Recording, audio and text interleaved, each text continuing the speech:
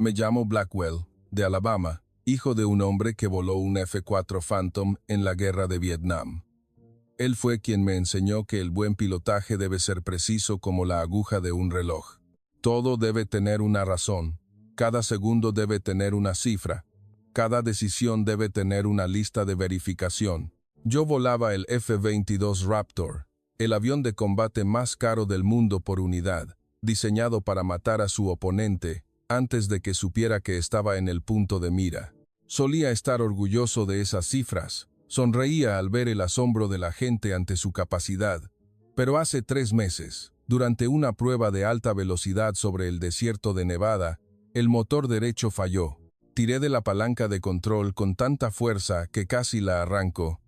El avión sobrevivió, pero la Junta de Investigación dijo que mi respuesta fue 0.7 segundos demasiado lenta. Me suspendieron de vuelo temporalmente. Me dijeron que necesitaba un respiro para la mente, y me enviaron aquí, a la base aérea de Albacete, España, como asesor de seguridad para el ejercicio Iberian Thunder de este año. Bajé de un C-17 esta mañana. El aire era cálido y seco, un calor que te abraza en lugar de sofocarte. El olor a combustible de aviación se mezclaba con el de los olivos y el tomillo silvestre que llegaba con la brisa. Fruncí el ceño. Esto no era Nevada. Aquí no había líneas de demarcación claras, ni señales de peligro, no pasar en cada metro cuadrado. El conductor de la furgoneta militar española, un teniente llamado Rafael, de unos 30 y pocos años, con la piel curtida por el sol, sonrió tan ampliamente que se le veían todos los dientes blancos. «Hola, capitán, bienvenido a España». Me tendió la mano. Se la estreché brevemente, y luego miré la vieja furgoneta, una Iveco Daily blanca. El borde de la puerta tenía abolladuras y los neumáticos parecían gastados. «¿Este es el país que envía aviones a entrenar con nosotros?», pensé. Durante el trayecto a la base, miré por la ventana. Vi a niños jugando al fútbol en las calles de un pueblo pequeño, motos que zigzagueaban entre los coches sin que pareciera haber reglas. Nadie llevaba casco, ni cinturones de seguridad, nada. Sacudí la cabeza ligeramente. ¿Cómo demonios no se matan conduciendo aquí? El teniente Rafael me miró por el espejo retrovisor. ¿En su casa no es así, capitán? No, respondí secamente. En casa tenemos reglas. No discutió, solo sonrió y puso música suave, una guitarra flamenca. El cante hondo, dulce y melancólico, llenó el aire. Me puse mis auriculares con cancelación de ruido, intentando ignorarlo. Al llegar a la base, vi 2 Eurofighter Typhoon alineados y 3 F-18 Hornets de un gris oscuro. Pero los fuselajes tenían manchas de aceite, pequeños arañazos. No estaban impecables como los nuestros. Me acerqué, toqué la fría piel de aluminio, pero sentí como si estuviera cansada. Y entonces lo vi a él. El coronel Mateo Vargas. 50 y tantos años, canas en las sienes, pero con una mirada tan afilada como la de un halcón. Caminó directamente hacia mí, sin gorra, sin gafas de sol, solo con su mono de vuelo gris abierto en el cuello. «Bienvenido, capitán Blackwell». Su voz era suave pero firme. Forcé una sonrisa. «Gracias, coronel». Me volví para mirar los Eurofighter. «Mañana haremos un simulacro de dogfight. Volará usted como wingman para uno de los míos. ¿De acuerdo?» Arqué una ceja.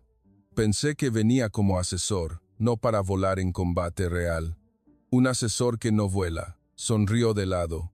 «Es como un cirujano que nunca ha operado». Me quedé en silencio un momento y luego asentí. «De acuerdo, señor». Esa noche, en mi habitación, me senté al borde de la cama y saqué del bolsillo el reloj de mi padre. Un viejo reloj de bolsillo con la esfera de color crema. Las manecillas avanzaban con un tic-tac claro y preciso. Mi padre solía decir: «Un reloj nunca miente, el tiempo es el mismo para todos». Puse el reloj en la hora local y miré por la ventana. Vi las luces de un pueblo cercano a la base. Oí el ladrido de un perro, el eco de una música lejana. Mañana, pensé, les enseñaré lo que es el verdadero arte de volar. A la mañana siguiente, El cielo aún no había clareado. Me desperté a las 4. Seguí mi rutina: cepillarme los dientes, lavarme la cara, comprobar el reloj de bolsillo 3 veces. Luego, fui al comedor. El olor a tortilla de patatas y café, recién hecho, flotaba en el aire. Cogí una bandeja, puse 2 huevos fritos, una tostada fina y un café negro sin azúcar. Me senté solo en un rincón.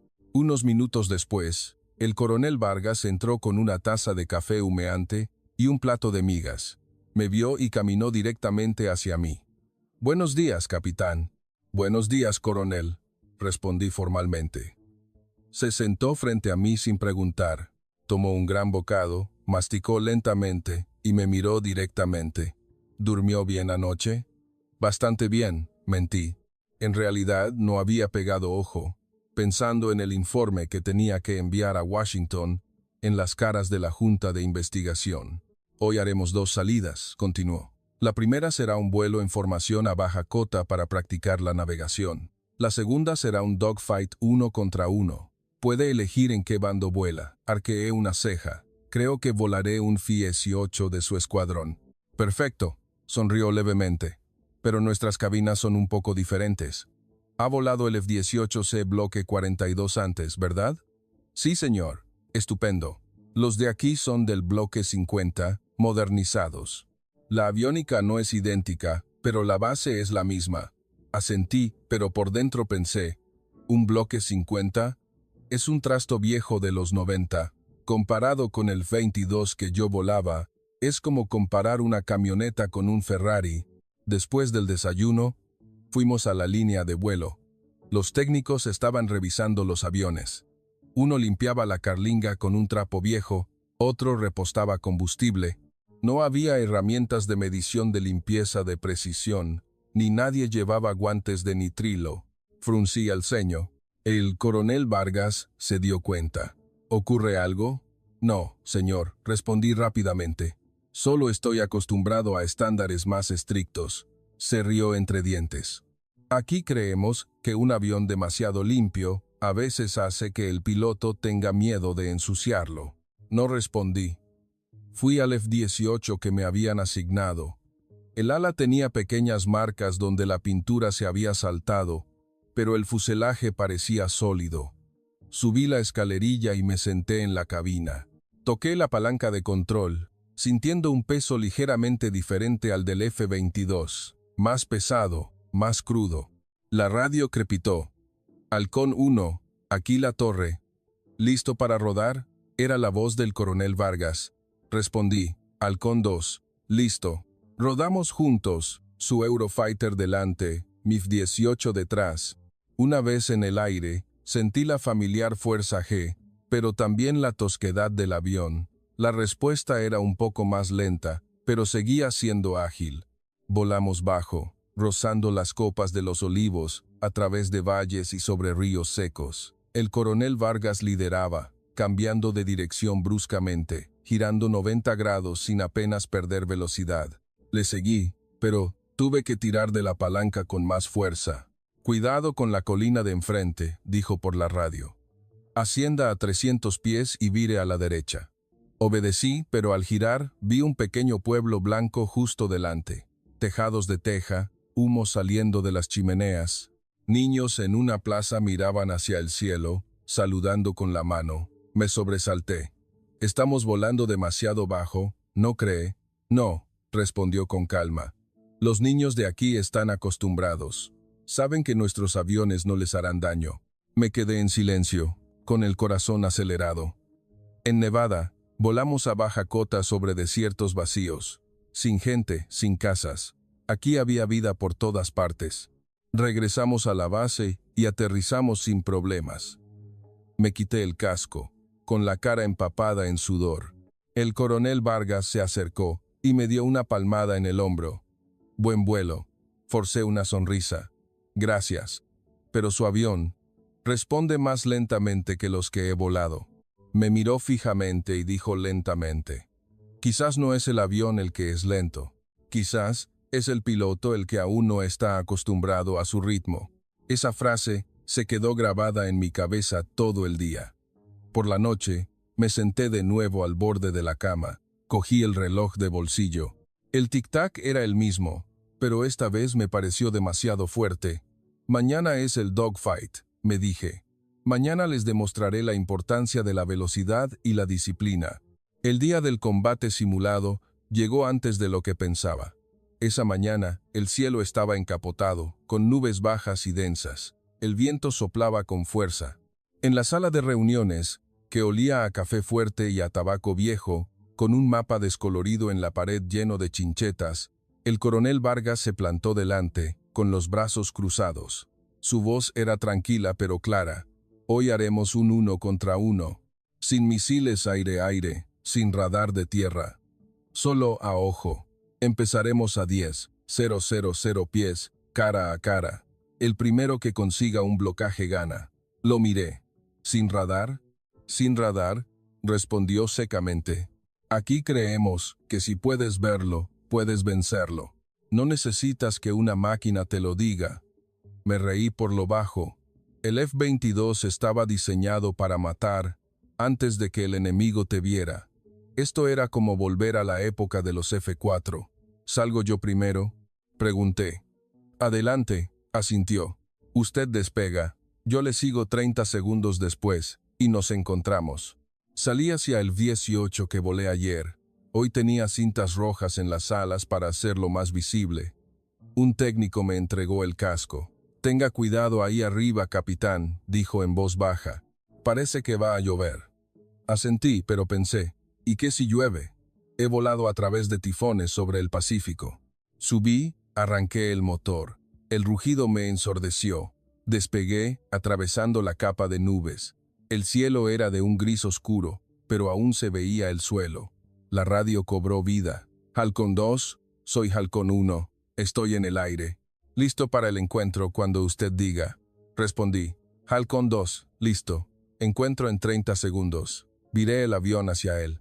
Vi un pequeño punto gris que se movía directamente hacia mí. Su Eurofighter, con sus alas delta y su fuselaje esbelto, parecía un halcón de verdad. Nos cruzamos a solo 500 pies. Tiré del avión hacia arriba, intentando ganar una posición ventajosa, pero desapareció de mi vista demasiado rápido.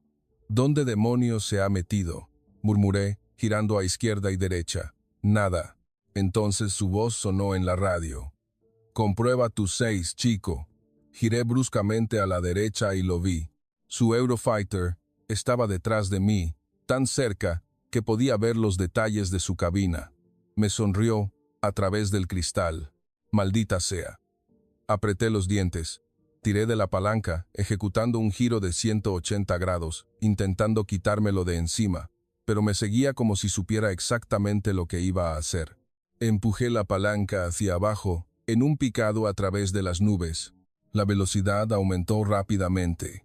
El altímetro giraba. 8,000, 6,000, 4,000 pies. El suelo se acercaba. Árboles verdes, colinas. Tiré con fuerza. La fuerza G me aplastaba el pecho, pero él seguía ahí. Está volando demasiado bajo, capitán, dijo por la radio, con la voz tan tranquila como si estuviera comentando el tiempo. No respondí, concentrado en el río sinuoso que tenía delante. Viré bruscamente a la izquierda, casi rozando las copas de los árboles, esperando perderlo. Pero él siguió cada uno de mis movimientos, como si conociera cada colina, y entonces empezó a llover.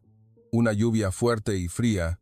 El cristal de la cabina se empañó, los limpiaparabrisas eran lentos, la visibilidad se redujo a la mitad. Halcón 1, aquí la torre. ¿Quieren cancelar el ejercicio? La voz de control sonaba preocupada.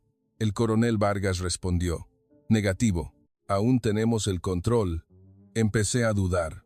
El avión temblaba por la turbulencia. La lluvia golpeaba tan fuerte que parecía que me disparaban con perdigones. Y entonces ocurrió. El sonido del motor cambió. Se ahogó. Una luz de advertencia parpadeó. Pérdida de motor. Mierda. Tiré de la palanca, pero el avión no respondía bien. El altímetro seguía bajando. 2,000, 1, 500. El corazón me latía tan fuerte que me dolía el pecho. Pensé en mi accidente anterior, en la junta, en mi padre, y entonces su voz sonó, clara y firme. Sígame. No tire con demasiada fuerza. Deje que el avión respire. Su Eurofighter estaba delante, volando increíblemente bajo, casi rozando las copas de los árboles. Se movía a izquierda y derecha suavemente, como si danzara con el viento. Le seguí, ya sin pensar. Solo le seguí. Me guío a través de un estrecho cañón. El viento cambiaba de dirección, pero él se ajustaba al instante, como si conociera cada corriente de aire. Mi avión empezó a responder mejor. La pérdida desapareció.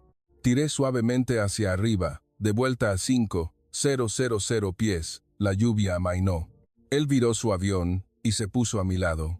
«Volvamos a la base», dijo por la radio. «Recibido, coronel», respondí con voz temblorosa. Durante el camino de vuelta, observé su avión, las alas mojadas por la lluvia, pero volando firme, como si nada hubiera pasado. Al aterrizar, me quité el casco. El sudor y la lluvia me corrían por el cuello. Las piernas apenas me sostenían. El coronel Vargas se acercó. No dijo nada, solo me ofreció una botella de agua. La cogí, bebí un trago largo y lo miré. «Gracias». Él sonrió levemente. «No es nada. La primera vez todo el mundo se asusta». Me quedé en silencio y luego pregunté en voz baja. «¿Cómo consiguió seguirme todo el tiempo?» Miró al cielo, las nubes aún bajas. «Nací aquí, capitán. Conozco estas colinas. Conozco el viento. Sé cómo pesa más el avión cuando empieza a llover». No respondí, solo asentí. Esa noche, me senté al borde de la cama. El reloj de bolsillo estaba a mi lado. El tic-tac seguía, pero esta vez no ajusté la hora. Simplemente lo dejé correr. Y pensé que, quizás, el tiempo no era tan importante después de todo. A partir de ese día, empecé a notar cosas que antes había pasado por alto. A la mañana siguiente, no teníamos salidas. El coronel Vargas me invitó a ver cómo reparaban un avión en el hangar. «¿Quiere aprender cómo funcionan nuestros sistemas?», preguntó, como si invitara a un amigo a tomar un café, no como si diera una orden. Fui porque no supe cómo negarme. El hangar era grande, pero viejo. El suelo de hormigón estaba agrietado, con manchas de aceite. 4 o 5 técnicos trabajaban alrededor de un Eurofighter. Las herramientas estaban esparcidas por el suelo. No había paneles de herramientas organizados, ni listas de verificación para cada paso, pero todos se movían como si supieran exactamente qué hacer. Me acerqué y vi a un joven cambiando una tubería hidráulica. Sus manos estaban negras de grasa, pero sus movimientos eran lentos y precisos, como si estuviera suturando una herida. «Este es el sargento Luis», me presentó el coronel Vargas, «nuestro mejor técnico. Estudió en un centro de formación profesional en Albacete, pero sabe más de aviones que muchos con un máster». Luis levantó la vista y sonrió ampliamente. «Hola, capitán». Todavía sostenía una llave inglesa. Sin limpiarse, me tendió la mano. Se la estreché brevemente, sintiendo el aceite tibio en mi palma. «Este avión acaba de volver de la salida de ayer», dijo. Se encontró con la lluvia fuerte. La tubería hidráulica tenía una pequeña fuga, pero la cambiamos en 2 horas. Miré la tubería recién instalada. Impecable, pero las juntas parecían apretadas a mano. «¿Usa una llave dinamométrica?», pregunté. Luis se rió entre dientes. «La usábamos, pero aquí aprendemos por el tacto. Lo suficientemente apretado, ni flojo, ni tan apretado que se dañe la rosca». Fruncí el ceño. «Pero si no está lo suficientemente apretado, tendrá una fuga». «Cierto», respondió directamente, «pero lo sabremos antes de que se convierta en un gran problema, porque volamos este avión todos los días. Conocemos sus sonidos, sus vibraciones, sus olores». El coronel Vargas sonrió de lado. «¿Lo ve, capitán? A veces, la mejor herramienta no es la más cara». No respondí, solo asentí. Pero en mi mente empezaba a surgir una pequeña pregunta. Esa tarde comimos en el comedor. Un menú sencillo: paella, jamón serrano y ensalada. La paella estaba sabrosa y llena de matices, un contraste con la comida de las bases americanas donde todo está controlado. La cantidad de sal, de azúcar, de grasa. El coronel Vargas me observó. ¿Le gusta? Mucho, admití. Está deliciosa, se rió entre dientes. Me alegro.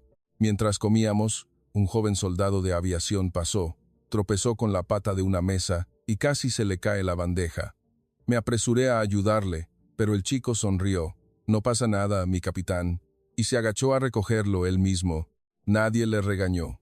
No hubo ni una voz de reproche. Le seguí con la mirada. ¿Aquí nunca se reprende a nadie? El coronel Vargas negó con la cabeza. Se podría, pero no es necesario. Ese chico ya sabe que ha cometido un error. Regañarle de nuevo sería como abofetearle otra vez. Me quedé pensativo, recordando cuando, de novato, un instructor me gritó delante de todos porque rodé 2 segundos tarde por la pista. En ese momento, pensé que era necesario para crear disciplina. Ahora, empezaba a dudarlo. Esa tarde, después del trabajo, caminé solo hacia la línea de vuelo. Vi al coronel Vargas hablando con un técnico. Se reían a carcajadas. Me quedé mirándolos desde lejos. El coronel dio una palmada en el hombro al técnico y luego se giró y me vio. Me hizo un gesto con la mano. «Venga, capitán, siéntese a charlar un rato». Me acerqué y me senté en un viejo banco de herramientas. El coronel Vargas me ofreció un cigarrillo. Negué con la cabeza. Lo dejé. Encendió uno para él, fumó lentamente. «Mañana volaremos de nuevo», dijo en voz baja. «Pero esta vez no es un dogfight. Es una simulación de búsqueda y rescate.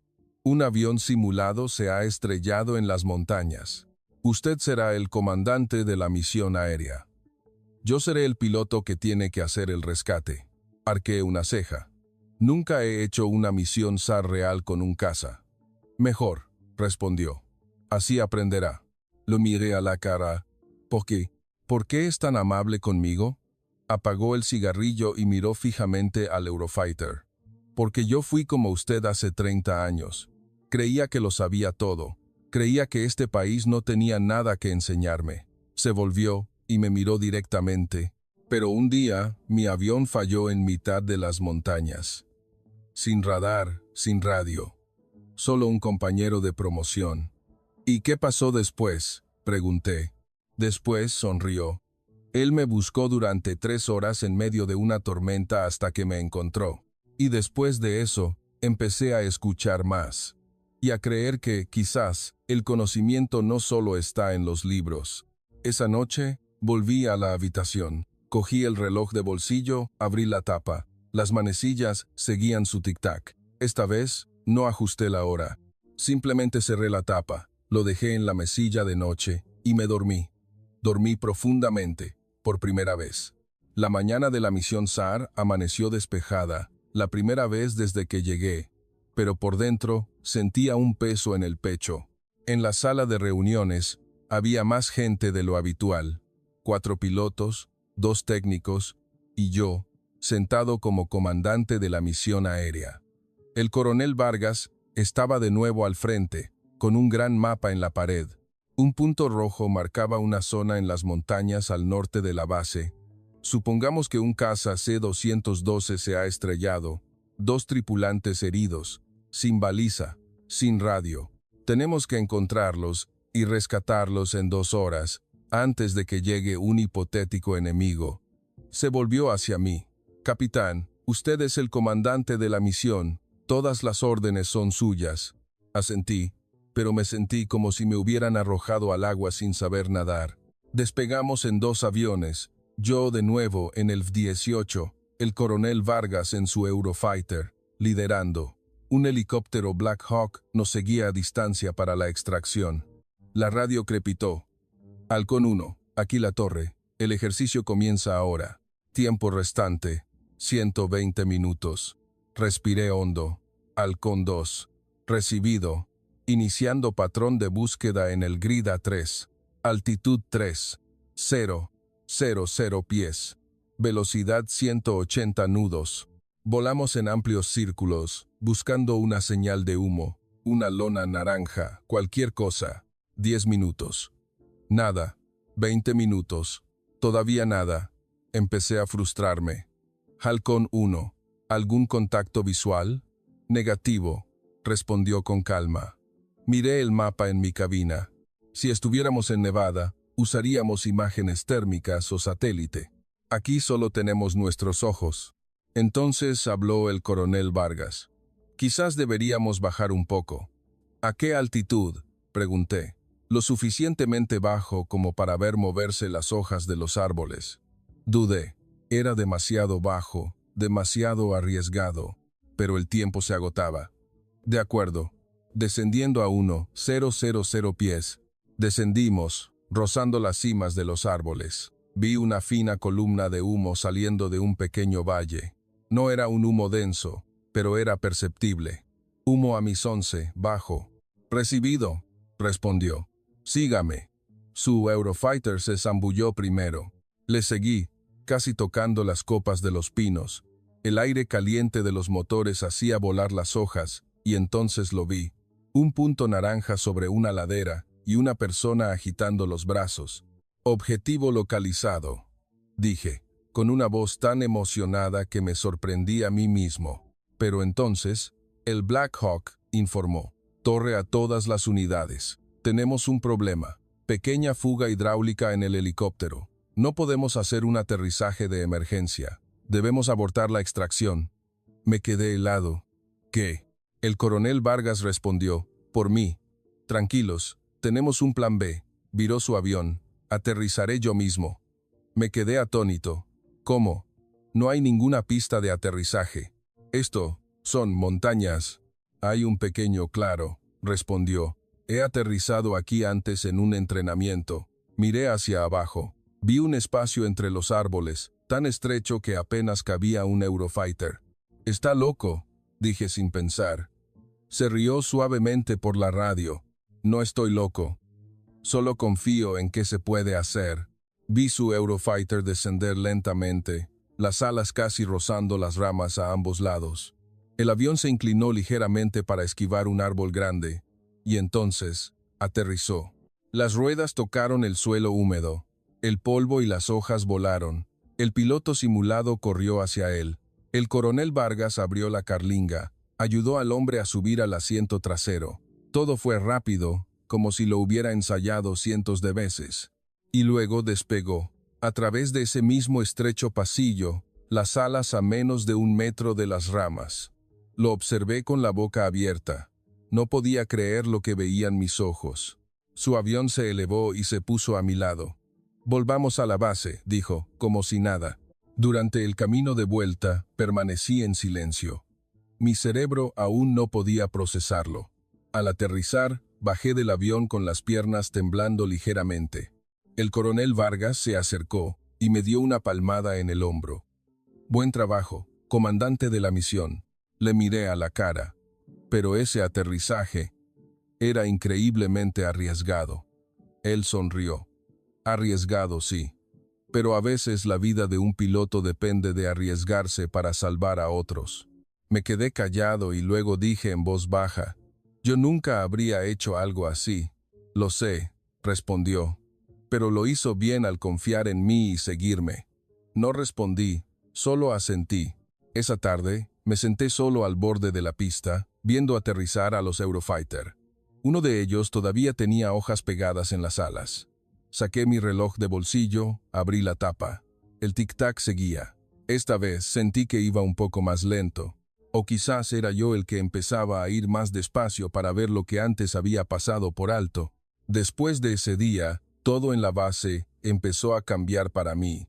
No porque nadie me lo dijera, sino porque empecé a ver las cosas de otra manera. A la mañana siguiente, me desperté antes de que sonara el despertador, no por rutina, sino porque quería ver algo. Fui a la línea de vuelo cuando el cielo aún estaba oscuro. Vi a un grupo de técnicos revisando uno de los F-18. Estaban en cuclillas alrededor del tren de aterrizaje delantero, riéndose en voz baja mientras uno de ellos apuntaba con una linterna a un hueco. Me quedé mirando desde lejos, sin atreverme a acercarme, por miedo a molestar. Pero entonces, el sargento Luis, el técnico que conocí el otro día, se giró y me vio. «Venga, capitán, venga a ver esto». Dudé un momento y luego me acerqué. «Esta rueda tiene un pequeño problema de frenos», explicó. «Ayer, al rodar, se notaba que frenaba un poco. Vamos a cambiar toda la línea, no tardaremos ni una hora». Miré cómo usaban herramientas sencillas, sin elevadores hidráulicos especiales, sin un gran equipo, solo 4 personas, pero moviéndose en perfecta coordinación, como si bailaran. «¿Por qué no esperan a que llegue una pieza nueva de fábrica?», pregunté. Luis sonrió. «Podríamos esperar, pero el avión se quedaría en tierra y el piloto no volaría. Aquí solucionamos los problemas que vemos, antes de que se hagan más grandes». Me quedé pensando. En Nevada, si un avión tiene un problema menor, lo dejamos en tierra inmediatamente. Esperamos la pieza original de Lockheed, a veces durante un mes. Aquí, lo arreglan ellos mismos y el avión vuelve a volar en un día. Pregunté en voz baja. «¿No tiene miedo de cometer un error?». Luis me miró directamente. «Miedo sí, pero tengo más miedo de que un piloto tenga que volar en un avión en el que no confiamos. Y yo sé que este avión lo he reparado con mis propias manos. Sé que está realmente listo». Esa respuesta me dejó sin palabras. Esa tarde, tuvimos otro vuelo. Esta vez, en formación con todo el escuadrón. 6 aviones, 3 Eurofighter, 3 F-18. Volé de nuevo, como wingman del coronel Vargas. Durante el vuelo, practicamos cambios de formación abruptos, de diamante a línea de frente y de vuelta, muy rápido. Pude seguirles, pero noté que la comunicación por radio era mínima. La mayoría usaban señales de mano o simplemente seguían los movimientos del líder. Pregunté por radio, ¿por qué no usan más la radio? El coronel Vargas respondió, porque a veces el sonido del viento es más fuerte y una mano es más rápida. Miré su ala.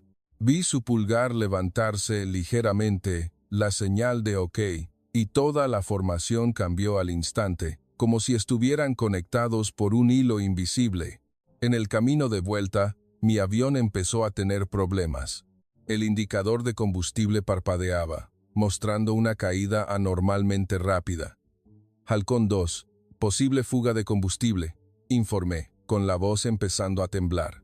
El coronel Vargas respondió al instante. «Recibido. Reduzca la velocidad. Sígame. Aterrizaremos en el aeródromo alternativo más cercano». Ese aeródromo era una antigua pista de la Fuerza Aérea, de menos de 2 kilómetros de largo, con una superficie irregular, sin ILS, sin una torre de control moderna. Miré hacia abajo, vi campos de cultivo y una pista que parecía abandonada. «¿Está seguro?», pregunté. «Seguro», respondió. «He aterrizado aquí muchas veces en entrenamientos». Tragué saliva. Reduje la velocidad, siguiendo su Eurofighter hacia abajo. El viento lateral era fuerte, el avión temblaba. Pero él volaba firme, como si flotara en el aire. Aterrizó primero. Las ruedas tocaron el suelo, levantando una nube de polvo, pero el avión se detuvo en la mitad de la pista. Le seguí. El corazón me latía con fuerza. Las ruedas golpearon el suelo con dureza. El avión rebotó un poco, pero logré controlarlo. Me detuve antes del final de la pista. Me quedé inmóvil en la cabina, con un sudor frío recorriéndome. Abrí la carlinga. El coronel Vargas ya estaba abajo, esperando, sin gritos, sin reprimendas. Simplemente me tendió la mano para ayudarme a bajar. «Me alegro de que haya aterrizado a salvo», dijo con voz suave. Le miré a la cara. «Casi me mato por esa fuga de combustible». Él asintió, pero no se mató, porque confió en mí e hizo lo que le dije. Me senté en el suelo, apoyado en la rueda del avión, mirando el cielo que empezaba a teñirse de naranja. Y entonces dije en voz baja, sin darme cuenta, «No puedo creer lo que ven mis ojos». El coronel Vargas se sentó a mi lado. No dijo nada, solo me ofreció su botella de agua. La acepté, bebí lentamente y sentí que algo se rompía dentro de mi pecho. No era miedo, era el muro que había construido durante tanto tiempo. El muro que me decía que tenía que ser el mejor, que siempre tenía que tener la razón, que no debía depender de nadie. Ese muro empezaba a agrietarse, y a través de esas grietas soplaba el viento fresco de España. A la mañana siguiente del aterrizaje de emergencia, me sentía como si me hubieran dado una paliza, pero por dentro me sentía extrañamente ligero. El coronel Vargas me llamó a la sala de reuniones temprano. No mencionó la fuga de combustible de ayer, solo me ofreció un café caliente. Hoy vamos a volar de verdad. No es una simulación. Arqueé una ceja. ¿De verdad? ¿Cómo? Hay noticias de la frontera norte. Un pequeño avión de la Fuerza Aérea se ha estrellado en el bosque. 2 tripulantes siguen atrapados. Tenemos que ir a ayudarlos. El corazón se me aceleró. ¿Tengo que volar? Me miró fijamente. Usted elige. Pero si va, será el avión líder. Yo le cubriré. Me quedé en silencio un momento. Recordé mi primer día aquí. Las palabras que pensé. Voy a enseñarles. Ahora era al revés. Voy, respondí con voz ronca. Preparamos 2 aviones. Mi 18 delante, su Eurofighter detrás. 2 Black Hawks nos seguían a distancia para la extracción. Durante el vuelo, el cielo estaba despejado, pero el viento era fuerte. Miré el mapa. El punto del accidente estaba en lo profundo del bosque, sin carreteras de acceso, sin una señal de baliza clara. La radio sonó. Halcón 2, aquí la torre. Tiempo estimado, restante antes del atardecer, 45 minutos. Si no los encuentran para entonces, tendremos que posponerlo hasta mañana. Apreté los dientes. Recibido. Los encontraremos hoy. Volamos bajo, a través de valles y bancos de niebla. Bajé la altitud cada vez más, hasta casi rozar las copas de los árboles. Y entonces vi un humo gris y fino, saliendo de un estrecho barranco. No era denso, pero se podía ver. Halcón 1, humo a las 11, bajo. Recibido, respondió el coronel Vargas. Sígame. Guié el avión hacia abajo. A través del estrecho barranco, el viento cambió de dirección bruscamente. El avión tembló con fuerza. Tiré un poco hacia arriba, pero entonces el avión se sacudió violentamente. El sonido del motor era anormal. Otra luz de advertencia parpadeó. «Mierda, ¿otra vez?» El indicador de combustible mostraba que el nivel bajaba rápidamente. ¿Otra fuga? ¿O un problema nuevo? Halcón 2. Problema de combustible de nuevo, informé con voz temblorosa. El coronel Vargas respondió al instante. Reduzca la velocidad. No tire con fuerza. Sígame. Conozco una salida.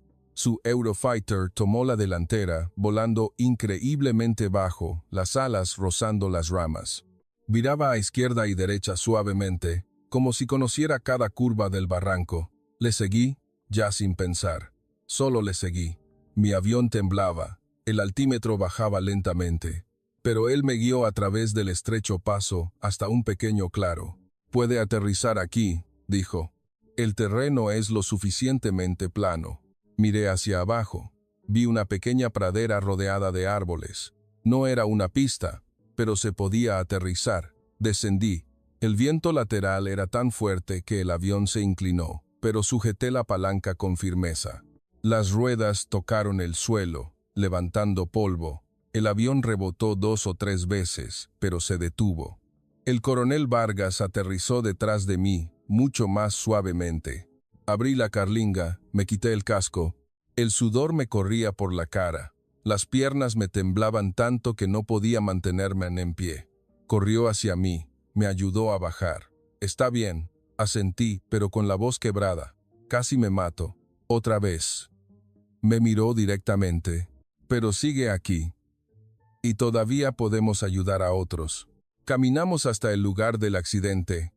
Vimos a los 2 pilotos sentados, apoyados en un árbol. Uno tenía una pierna rota, el otro una herida en la cabeza, pero ambos sonreían. «Muchas gracias, coronel», dijo uno con voz débil. El coronel Vargas se arrodilló, examinó las heridas y luego se volvió hacia mí. «Ayúdeme, capitán. Subámoslos al Black Hawk». Obedecí. Levantamos a los heridos. Sentí su peso, sentí su aliento caliente en mi cuello. El Black Hawk descendió y nos recogió. Despegamos. El sol se estaba poniendo en el horizonte. Durante el vuelo de regreso, me senté junto al coronel Vargas, mirando por la ventana el bosque que acabábamos de dejar atrás, el humo que se desvanecía. Y entonces dije en voz baja, solía pensar que aquí todo era improvisado, sin disciplina, sin estándares. Él se volvió a mirarme. No dijo nada, solo escuchó. Pero ahora, continué, veo que a veces la disciplina puede matar. Y a veces, confiar el uno en el otro salva más vidas. Él sonrió levemente. Bienvenido a España, capitán. Me reí suavemente. La primera vez que me reía de verdad desde que llegué.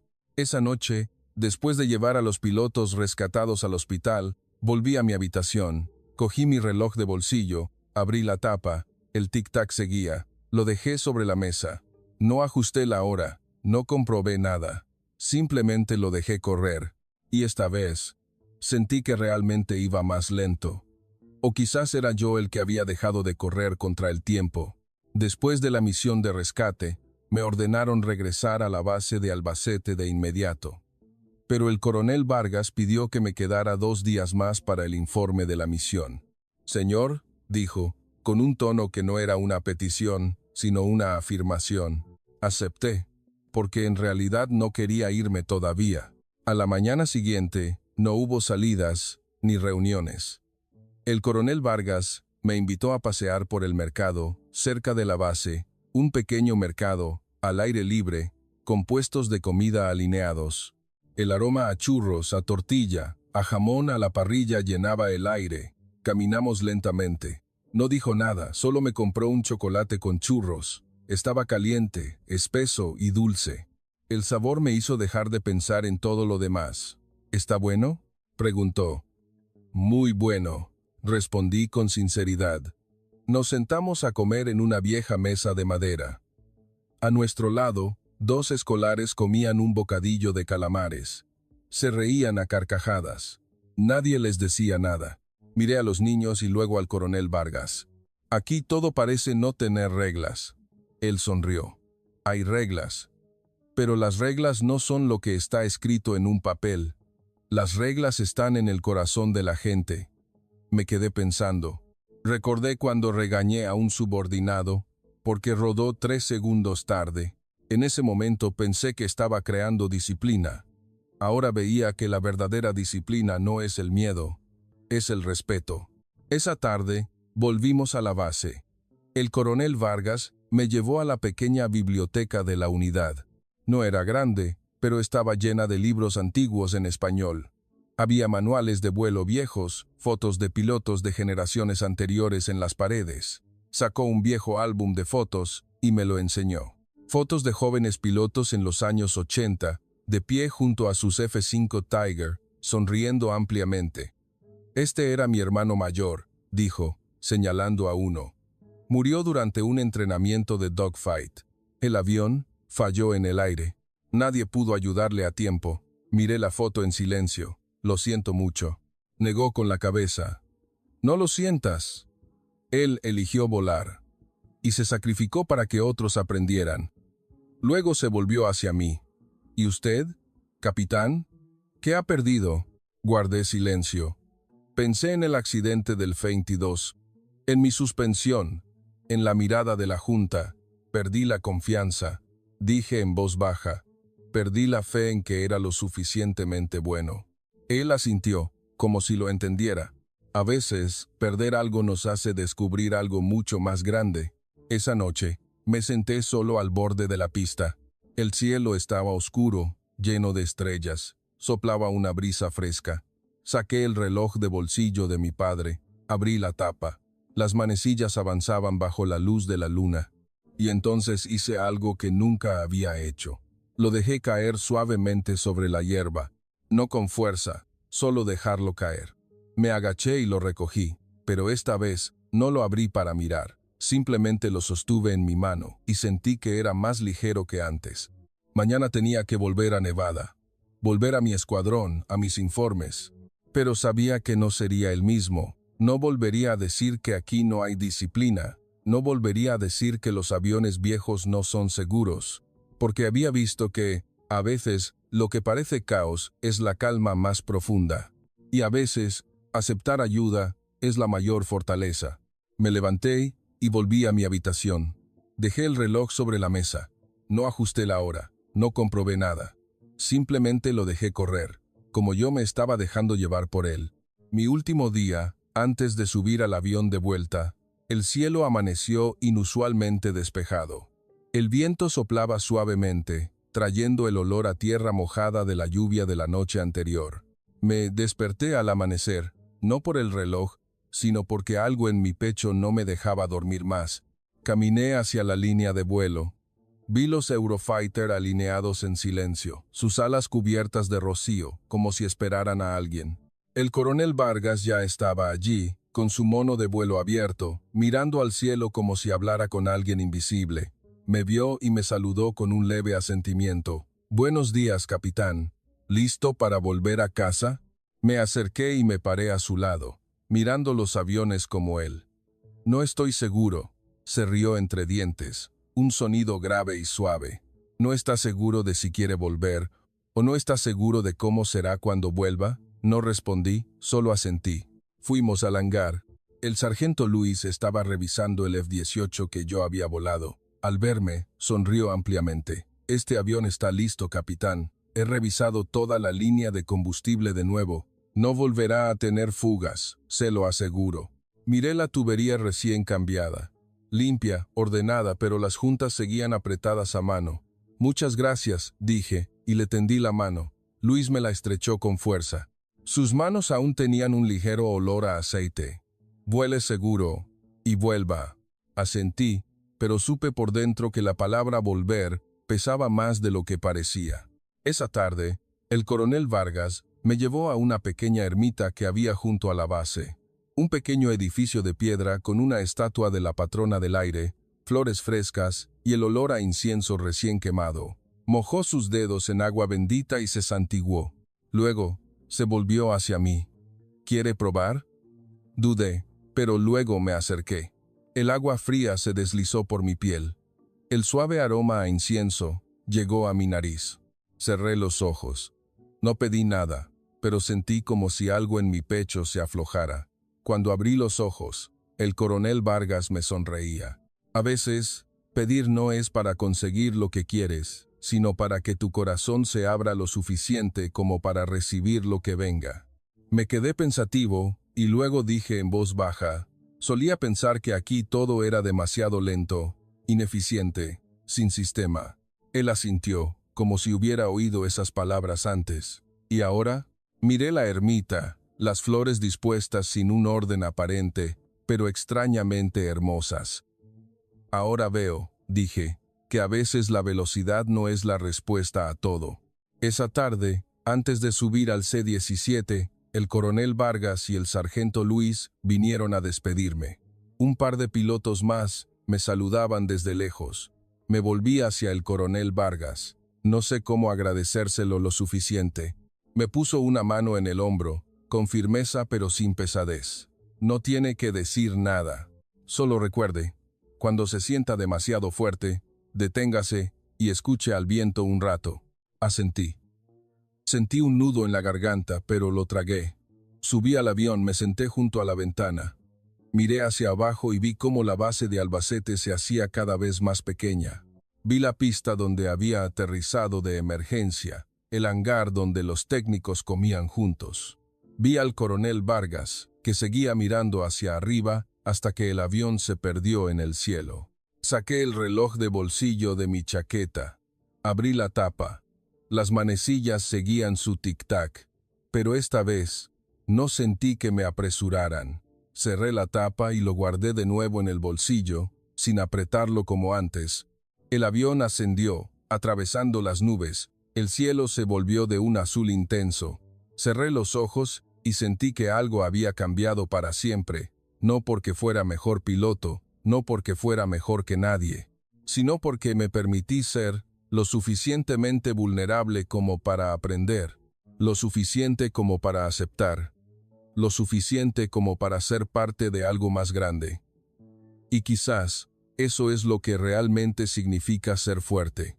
El 17 volaba alto sobre las nubes. El rugido constante de los motores era como el latido de un corazón que una vez latió tan fuerte que dolía, pero que ahora estaba en calma. Miré por la ventana cómo la tierra de España se hacía cada vez más pequeña, viendo el contorno de las montañas que habían sido tanto amigas como enemigas. En el bolsillo de mi chaqueta, el reloj de mi padre permanecía quieto. No lo había vuelto a mirar desde la noche anterior. No me preocupaba si sus manecillas estaban en la hora exacta, ni si se había retrasado unos segundos. Lo saqué y lo puse en la palma de mi mano. Su peso era ligero, como si nunca hubiera cargado con toda mi presión, y entonces hice algo que nunca pensé que haría.